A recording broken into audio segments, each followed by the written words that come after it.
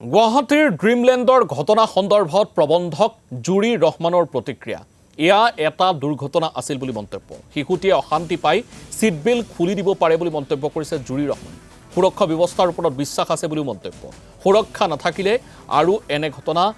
সংঘটিত হলহেতেন বুলি মন্তব্য কৰিছে প্ৰবন্ধকগৰাকী দুৰ্ঘটনাৰ পাছত ড্ৰিমলেণ্ডৰ ব্যক্তিগত বাহনেৰে শিশুটিক চিকিৎসালয়লৈ লৈ যোৱা হৈছিল আৰু সকলো চিকিৎসাৰ ব্যৱস্থা ড্ৰিমলেণ্ডৰ ফালৰ পৰা কৰা হৈছে বুলি মন্তব্য কৰিছে জুৰি ৰহমানে শিশুটিক চোৱাচিতাৰ বাবে হেলথ সিটি হস্পিটেলত তিনিজনকৈ লোক ৰখা হৈছে আৰু শিশুটি বৰ্তমান বিপদমুক্ত হৈছে বুলিও মন্তব্য কৰিছে ড্ৰিমলেণ্ড কৰ্তৃপক্ষই ইফালে এই ঘটনাক কেন্দ্ৰ কৰি আজিও অব্যাহত আছে প্ৰতিক্ৰিয়া কাৰণ যি ধৰণে আঘাত পাইছে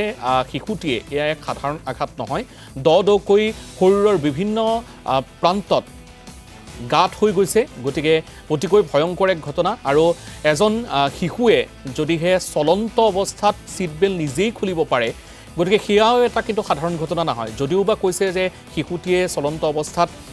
সিট বেল্ট নিজেই খুলিছে যদিহে সেয়াও কৰিছে তেতিয়া হলেও কিন্তু এয়া এক কাৰিকৰী বিজুতি বুলি ধৰিব লাগে কাৰণ শিশুসকল তাত যেহেতু উঠে গতিকে শিশুৱে যদিহে সিট বেল্ট নিজেই খুলিব পৰা এটা অৱস্থা সুলভ থাকে তেতিয়াহ'লে কিন্তু এনে ধৰণৰ ঘটনা পুনৰ হ'ব পাৰে আৰু এই মুহূৰ্তত জুৰি ৰহমানে কি মন্তব্য আগবঢ়াইছে সেয়া শুনাই ল'ব বিচাৰিম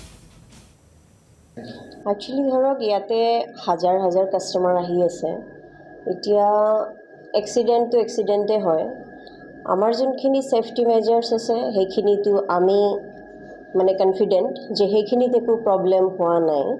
এতিয়া ধৰক বাচ্চাটো 12 ইয়াৰ্ছৰ বাচ্চা অলপ হেলদিও হয়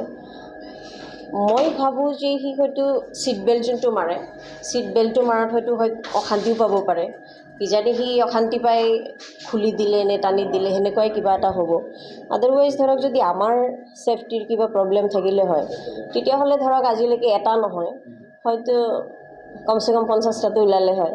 যদি আমাৰ কিবা সিকিউৰিটিৰ বা সেফটিৰ যদি কিবা ইস্যু থাকিলে হয় বা আমাৰ যদি কিবা নেগলিজেন্স থাকিলে হয় তেতিয়াহ'লে মই ভাবোঁ এটা নহয়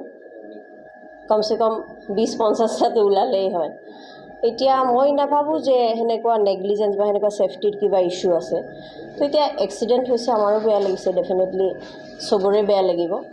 তাৰ কাৰণে যিখিনি ধৰক মেডিকেল এক্সপেন্স আমি বিয়াৰ কৰি আছোঁ প্লাছ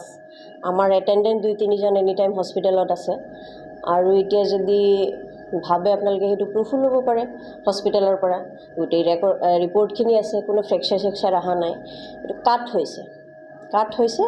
গতিকে ফ্ৰেকচাৰ অহা নাই ডক্টৰে ফাৰ্ষ্ট ডে ৰিলিজ দিব বিচাৰিছিলে তেওঁলোকে কৈছে আমি আৰু টেষ্ট কৰি চাওঁ আমি কৈছোঁ ঠিক আছে বেষ্টতকৈ বেষ্ট আপোনালোকৰ যি যেনেকৈ ভাল লাগে ট্ৰিটমেণ্ট কৰি আপোনালোকে কৰি লওক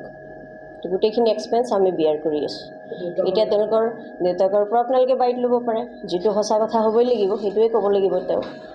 আৰু সেইটো হস্পিটেলেও জানে পে'মেণ্ট কোনে কৰি আছে গোটেই ৰেকৰ্ড আছে